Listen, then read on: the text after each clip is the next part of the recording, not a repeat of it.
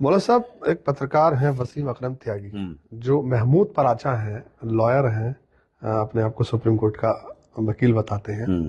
वो इस वीडियो में ये कह रहे हैं कि जो अरशद मदनी और महमूद मदनी है वो आरएसएस के एजेंट हैं। ठीक है। क्या क्या क्या कैसे देखते हैं आप? क्योंकि आरोप लगते रहते हैं, इस तरह के आरोप। अच्छा साहब, ये आपने अच्छा सवाल किया। ये कहते हैं कि साहब वो आरएसएस के एजेंट हैं, आप अगर नहीं है तो हम पर डिफेमेशन का केस करें। ये व्यक्ति जो आरएसएस के एजेंट होने का आरोप लगाते हैं, इनके पिताजी कौन थे जरा सा पता कर लीजिए। इनके पिताजी भारतीय जनता पार्टी के फाउंडर मेंबर थे। तो बीजेपी के फाउंडर मेंबर से आप इससे ज्यादा और कल्पना क्या कर सकते हैं साहब? और हम इस पर डिफेमेशन का केस करेंगे, इतना टाइम है हमारे पास में। हम असम के अंदर 70 लाख, मौलाना अरशद मदनी साहब असम के अंदर 70 लाख मुसलमानों की नागरिकता के लिए लड़ रहे हैं और उनको वहां जीत मिली है सुप्रीम कोर्ट में। बुलडोजर केस में मौलाना अरशद मदनी नजर आते हैं। आपका ये जो 1991 का एक्ट है जिसको लेकर के सर्वे हो रहे थे जगह जगह पर, प्लेसेस ऑफ वर्शिप एक्ट, उसको लेकर के सुप्रीम कोर्ट में मौलाना अरशद मदनी साहब नजर आते हैं। हल्द्वानी में 56 मुसलमानों को जेल से बाहर निकाला, उनका केस लड़ा, सुप्रीम कोर्ट के लॉयर्स के जरिए से लड़ा, उसमें मौलाना अरशद मदनी साहब नजर आते हैं।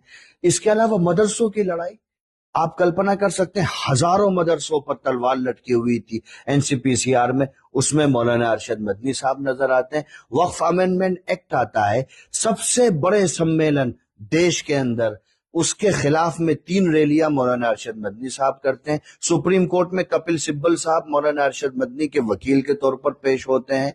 तो भाई, वक्फ उम्मीद सेंट्रल पोर्टल पर जायदादों को अपलोड किया जाए, मौलाना अरशद मदनी साहब करते हैं। संभल दंगों पर मौलाना अरशद मदनी साहब की state unit free legal aid देती है। मुरादाबाद लिंचिंग पर मौलाना अरशद मदनी साहब की यूनिट फ्री लीगल एड देती है। अलीगढ़ लिंचिंग पर मौलाना अरशद मदनी साहब की यूनिट फ्री लीगल एड देती है।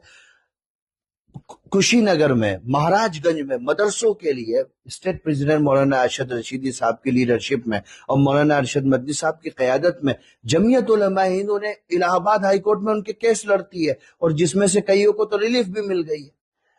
तो भाई, आप हमारी क्रेडिबिलिटी पर सवाल उठाओगे, जमीयत उलमा हिंद, और इस पर हम डिफेमेशन का केस क्यों करेंगे भैया? इतना टाइम है हमारे पास में, इतना पैसा है, हम भारत के कमजोर, गरीब, मजलूम मुसलमानों के लिए हम खड़े होंगे, उनकी मदद करेंगे। इस पर डिफेमेशन का केस करके क्या करेंगे? इनकी क्रेडिबिलिटी क्या है भाई? ये हमारे पड़ोस में आए थे चुनाव लड़ने के लिए, अब आप पूछ लीजिएगा जाकर के कितना वोट मिला था। रामपुर लड़े थे चुनाव। हाँ, जहां भी लड़े हो, हमारे पड़ोस में ही आए थे कहीं। तो इनकी क्या क्रेडिबिलिटी है? हम इन पर डिफेमेशन, इसके बारे में हम चर्चा करके इसका स्टेटस भी नहीं बढ़ाएंगे साहब। हमारी समाज के प्रति जो जवाबदेही है और हमारी जो जिम्मेदारी, हम डंके की चोट पर आन बान शान के साथ में कौम और मिल्लत की खिदमत कर रहे हैं और हमें इस पर अल्लाह के हुक्म से और अल्लाह के फजल से हमारे मन को संतोष भी है। इस तरह के लोग बहुत है, कुछ लोग लिख करके भी क्रिटिसाइज कर, और इनका कोई कंट्रीब्यूशन मुसलमानों के लिए, कम्युनिटी के लिए नहीं है। भाई, आप किस पर आरोप लगाते हो? जिसके फादर, जिसके पिताजी अगर ब्रिटिश गवर्नमेंट से कहते कि रायसीना हिल्स के सामने आप वायसराय जहां रहते हैं उससे ऊंचा महल मुझे बना करके दो, तो ब्रिटिश गवर्नमेंट बना करके देती। सिर्फ एक मांग करती ब्रिटिश गवर्नमेंट कि आप अंग्रेजों के खिलाफ फौज में भर्ती होने का फतवा वापस ले लीजिए।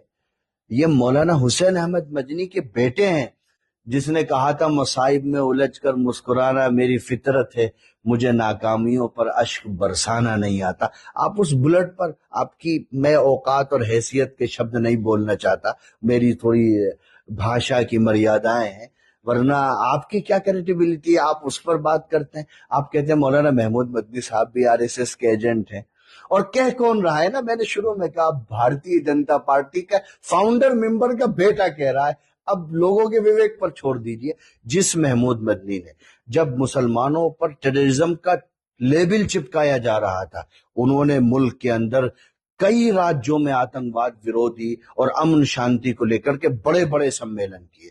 और आपको मैं बताता हूं, आपके माध्यम से लोगों को भी, 2014 में जब ISIS का प्रकोप बहुत था, तो उस वक्त के तत्कालीन गृह मंत्री ने, राजनाथ सिंह ने, पार्लियामेंट की पटल से ये बात कही थी कि अगर भारत के धर्म गुरु मुसलमान युवाओं के अंदर जागरूकता पैदा न करते तो हम ISIS में इन्वॉल्व होने से नौजवानों को इतनी भारी मात्रा में न रोक पाते।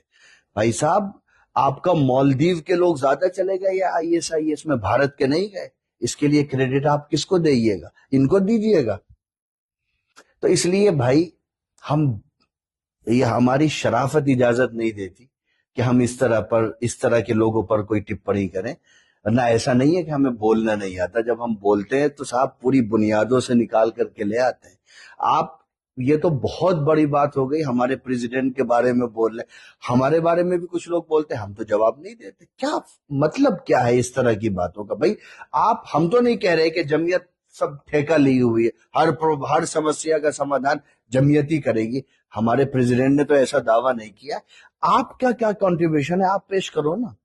आप 4x4 के कमरे में बैठ करके भाषण करने से, 2-4 मजमून लिखने से आप कम्युनिटी का भला तो नहीं कर सकते। तो ठीक है, इस पर हम इसकी ये तमन्ना कभी पूरी नहीं होगी। और ये कह रहे के पास सबूत है, तो भाई लाओ ना सबूत। तुम्हारे पास सबूत है तो करो ना। तुम एक रैली करो, देख लेते कितने लोग हैं तुम्हारे साथ में। छोड़िए, खैर। बस अब राजनीति पर आ जाते हैं।